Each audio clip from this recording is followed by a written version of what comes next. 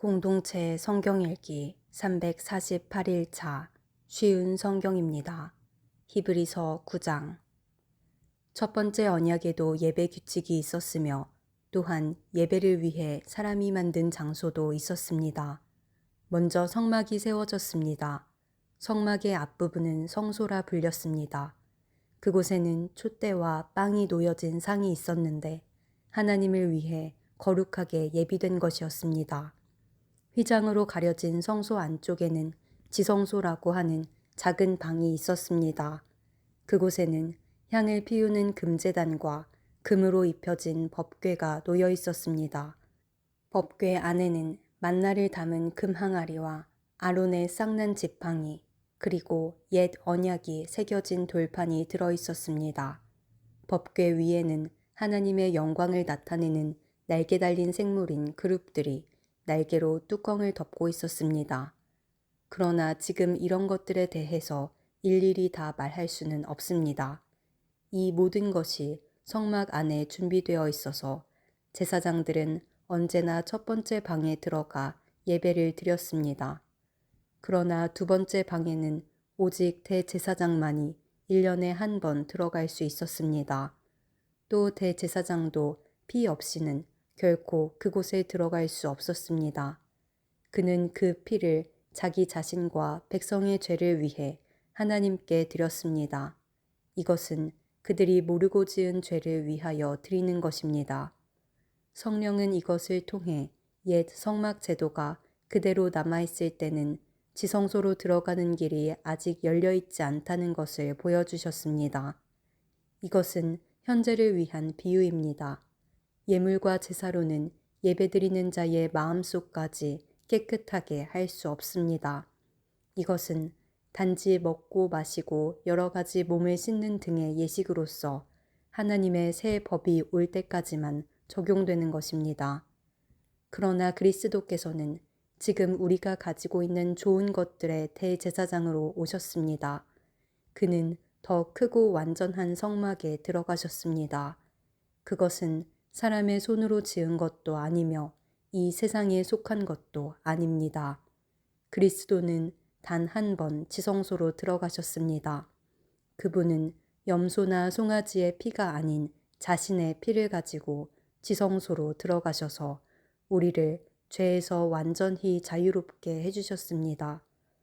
염소와 황소의 피와 암소의 죄를 부정한 사람에게 뿌리면 그 육체를 다시 깨끗하게 할 수 있습니다. 그렇다면 영원하신 성령을 통해 하나님께 자기 자신을 완전한 제물로 드린 그리스도의 피는 어떻겠습니까? 그의 피는 죽음에 이르게 하는 행동에서 우리 마음을 깨끗하게 하고 살아계신 하나님을 섬기는데 부족함이 없도록 할 것입니다. 그러므로 그리스도께서 새 언약의 중보자가 되셨습니다. 이제 하나님께 부르심을 받은 자들은 하나님께서 약속하신 영원한 복을 받을 수 있게 되었습니다. 옛 언약 아래에서 살던 사람들을 죄로부터 자유롭게 하기 위하여 그리스도께서 죽으셨기 때문에 사람들이 그 축복을 누릴 수 있게 된 것입니다. 유언이 효력을 나타내려면 그 유언을 쓴 사람이 죽었다는 사실이 증명되어야 합니다. 그 사람이 살아있는 한 유언은 아무 쓸모가 없습니다. 오직 죽은 후에만 쓸모가 있는 것입니다. 이처럼 옛 언약도 죽음을 나타내는 피 없이 세운 것이 아닙니다. 모세는 백성들에게 율법에 적힌 모든 계명을 말해 주었습니다. 그리고 송아지의 피를 물과 함께 섞은 다음 붉은 양털과 우슬초에 적셔서 율법책과 백성들에게 뿌렸습니다. 그리고 이것은 하나님께서 여러분에게 순종하라고 명령하신 언약의 피입니다. 라고 말했습니다. 모세는 성막과 예배에 쓰이는 모든 물건에도 그런 방법으로 피를 뿌렸습니다. 율법은 거의 모든 것이 피로써 깨끗해지며 피 흘림이 없으면 죄의 용서도 없다고 말합니다. 하늘에 있는 참된 것들을 모방한 이 땅의 모형은 동물의 피로 깨끗해져야 합니다. 그러나 하늘에 있는 것들은 더 좋은 제물이 필요합니다.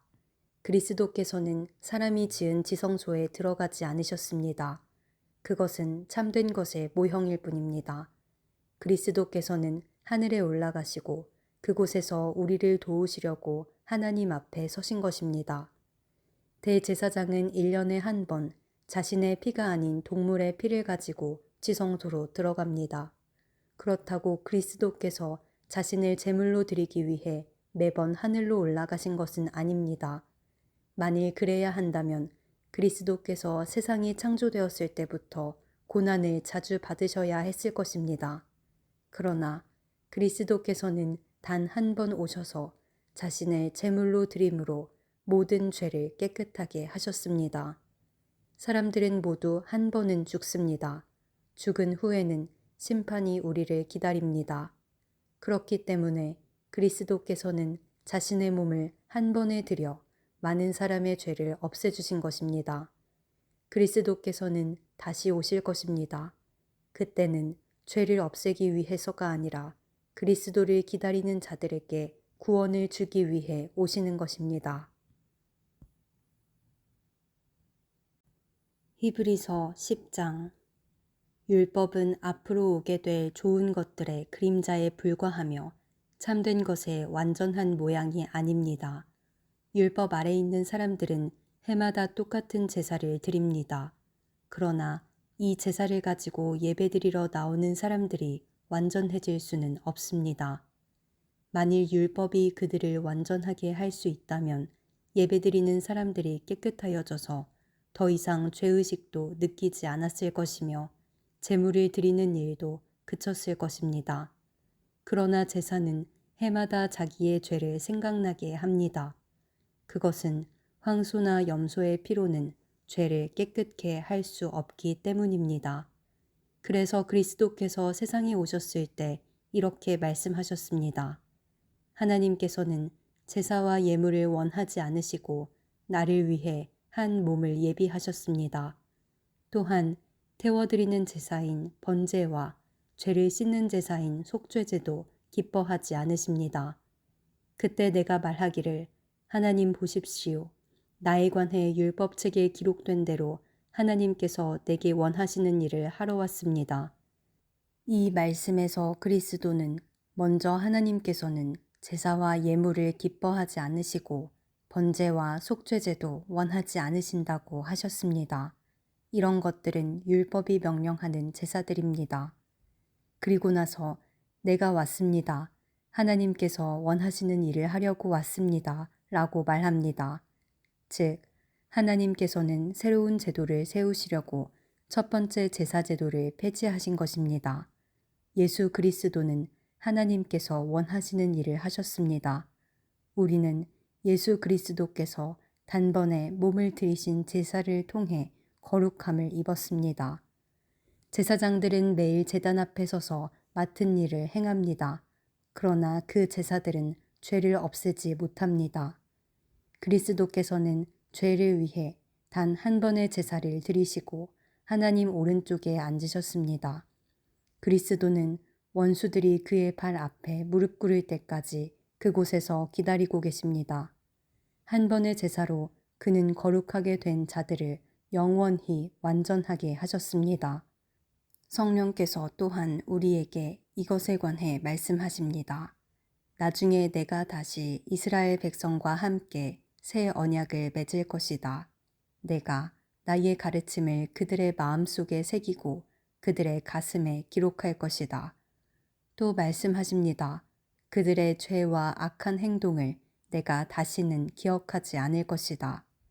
이런 죄와 악한 행동을 용서받았기 때문에 더 이상 죄를 위한 제사는 필요하지 않게 되었습니다. 그러므로 형제 여러분, 우리는 예수님의 피 때문에 자유롭고 담대하게 지성소로 들어갈 수 있게 되었습니다. 우리는 예수님께서 우리를 위해 열어주신 새로운 길로 들어갑니다. 그것은 그분이 자신의 몸인 휘장을 찢어 생명의 길로 열어놓으신 곳입니다. 또 우리에게는 하나님의 집을 다스리는 위대한 대제사장이 계십니다. 그러니 진실한 마음과 확실한 믿음을 가지고 하나님께 가까이 나아갑시다. 우리는 죄책감에서 깨끗해지고 자유로워졌으며 맑은 물로 몸이 씻겨졌습니다. 하나님께서는 약속하신 것을 지키시는 신실한 분이니 우리가 고백한 소망을 굳게 붙듭시다. 서로 돌아보고 사랑을 베풀며 선한 행동을 하도록 격려합시다. 어떤 사람들이 하는 것처럼 교회의 모임에 빠져서는 안 됩니다. 그날이 가까이 다가오는 것을 볼수록 함께 만나며 서로를 격려해야 할 것입니다. 만일 우리가 진리를 알게 된 후에도 일부러 계속 죄를 짓는다면 그 죄를 씻을 제사는 없습니다. 거기에는 오직 심판을 기다리는 두려움과 하나님을 거역하며 사는 자들을 태워 없앨 크고 무서운 불만 있을 뿐입니다. 모세의 율법에 순종하지 않고 그것을 어긴 사람들도 두세 명의 증인이 있으면 사형을 받았습니다. 그렇다면 하나님의 아들을 공경하지 않는 사람들은 어떻겠습니까? 그들은 자기를 거룩하게 한 언약의 피를 별것 아닌 것으로 여기며 은혜의 성령을 욕되게 하였습니다. 따라서 그들은 더 큰 벌을 받게 될 것입니다. 우리는 하나님께서 잘못을 행하는 자들을 벌하고 그 죄대로 갚아주겠다고 말씀하신 것을 알고 있습니다. 또한 주님께서 그의 백성을 심판하실 것이다 라는 말씀도 하셨습니다. 살아계신 하나님께서 심판하시는 대상이 된다는 것은 정말 무서운 일입니다. 여러분이 처음 진리의 말씀을 배우던 때를 기억해 보십시오. 많은 어려움들이 있었지만 여러분은 꿋꿋이 이겨냈습니다. 때때로 사람들 앞에서 모욕을 당하며 핍박을 받기도 했고 그런 고난을 받는 사람들과 친구가 되기도 하였습니다. 옥에 갇힌 자들을 도와주고 여러분이 가진 것들을 빼앗겨도 기뻐하였습니다. 그렇게 할 수 있었던 것은 여러분이 더 좋고 영원한 것이 있다는 것을 알고 있었기 때문입니다. 그러므로 이전에 가졌던 용기를 잃어버리지 마십시오. 더 큰 보상이 여러분을 기다리고 있습니다. 인내를 가지고 하나님께서 원하시는 일을 해서 그분께서 약속하신 것을 받으시기 바랍니다. 조금만 있으면 오시기로 한 그분이 오실 것이며 결코 늦지 않으실 것이다. 나와 함께 의롭게 산 사람들은 믿음 때문에 생명을 누릴 것이다. 그러나 믿음에서 뒤로 물러난 사람들을 내가 기뻐하지 않겠다. 우리는 뒤로 물러나 하나님께 버림을 받을 사람들이 아닙니다. 우리는 믿음으로 구원함을 받을 사람들입니다. 히브리서 11장. 믿음은 우리가 바라는 것들에 대해서 확신하는 것입니다. 또한 보이지는 않지만 그것이 사실임을 아는 것입니다. 옛날 사람들도 믿음으로 인정받았습니다. 믿음을 통해 우리는 이 세상 모든 것이 하나님의 말씀으로 창조되었다는 것을 이해합니다. 이것은 우리가 보고 있는 것들이 보이지 않는 어떤 것으로 만들어졌다는 것을 말합니다. 아벨은 믿음으로 가인보다 하나님께 더 나은 제사를 드렸습니다. 하나님께서는 아벨이 드린 제사를 기뻐 받으시고 그를 의인이라 부르셨습니다. 아벨은 죽었지만 여전히 그의 믿음을 통해 우리에게 말하고 있습니다. 믿음으로 에녹은 죽지 않고 하늘로 옮겨져서 아무도 그를 볼 수 없게 되었습니다. 하나님께서 그를 하늘로 데리고 올라가신 것입니다. 성경은 그가 이 땅에 사는 동안 진실로 하나님을 기쁘시게 하는 자였다고 증언합니다. 믿음이 없이는 어느 누구도 하나님을 기쁘시게 할 수 없습니다. 하나님께 나아오는 자는 그가 계시다는 것과 그를 찾는 자들에게 상 주시는 분이라는 것을 진정으로 믿어야 합니다. 믿음으로 노아는 아직 보지 못하는 일에 대한 하나님의 경고를 들었습니다. 그는 하나님께 순종해서 그의 가족을 구원할 방주를 지었습니다. 그는 믿음으로 세상이 잘못되어 가고 있음을 사람들에게 알리고 하나님과 의의 관계를 맺은 사람이 되었습니다. 믿음으로 아브라함은 하나님께서 그에게 약속하신 땅으로 가라는 하나님의 부르심에 순종하였습니다. 그는 가야 할 곳도 모른 채 자기 고향을 떠났습니다. 그는 믿음 때문에 하나님께서 자기에게 약속하신 땅에 가서 살 수 있었습니다. 그는 그곳에서 갈 곳 없는 나그네처럼 살았고 같은 약속을 받은 이삭과 야곱과 함께 장막에서 거하였습니다. 아브라함은 영원한 터가 있는 성을 기다리고 있었습니다. 그것은 바로 하나님께서 계획하고 세우신 성입니다. 사라 자신도 아이를 낳기에는 나이가 너무 많았으나 믿음으로 후손을 얻을 힘을 얻었습니다. 그것은 그녀가 약속해 주신 하나님을 신실한 분으로 믿었기 때문입니다. 나이가 많아 거의 죽은 사람과 다름없던 한 사람으로부터 하늘의 별과 바닷가의 모래알같이 셀 수 없을 정도로 많은 후손이 나왔습니다. 이 사람들은 모두 믿음을 따라 살다가 죽었습니다. 그들은 하나님께서 그의 백성에게 약속하신 것을 받지는 못했으나 앞으로 올 것들을 멀리서 보고 기뻐하였습니다. 그들은 스스로 자신들이 이 땅에서 나그네일 뿐이라고 고백하였습니다. 이것은 그들이 진짜 고향을 찾고 있다는 것을 나타냅니다. 만일 그들이 떠나온 고향을 생각한다면 다시 되돌아갈 수도 있었을 것입니다. 그러나 그들은 더 나은 고향을 기다리고 있었는데 그것은 바로 하늘에 있는 고향이었습니다.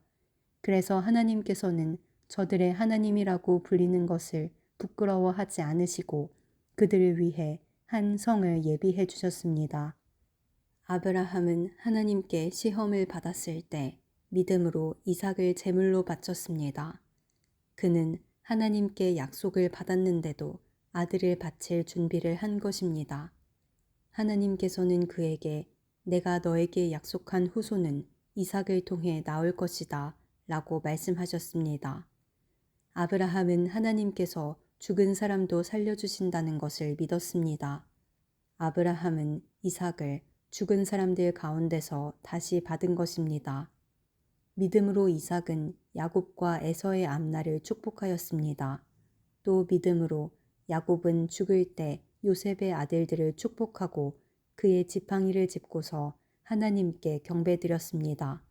믿음으로 요셉은 죽을 때 이스라엘 백성이 이집트에서 떠날 것을 말하였고 자기의 시신을 어떻게 할 것인지도 얘기하였습니다. 믿음으로 모세의 부모는 그가 태어났을 때 평범한 아이가 아니라는 것을 알고 석 달 동안 그를 숨기며 키웠습니다. 그들은 왕의 명령을 거역하는 것도 두려워하지 않았습니다. 믿음으로 모세는 성장한 뒤 파라오 딸의 아들이라 불리는 것을 거절하였습니다.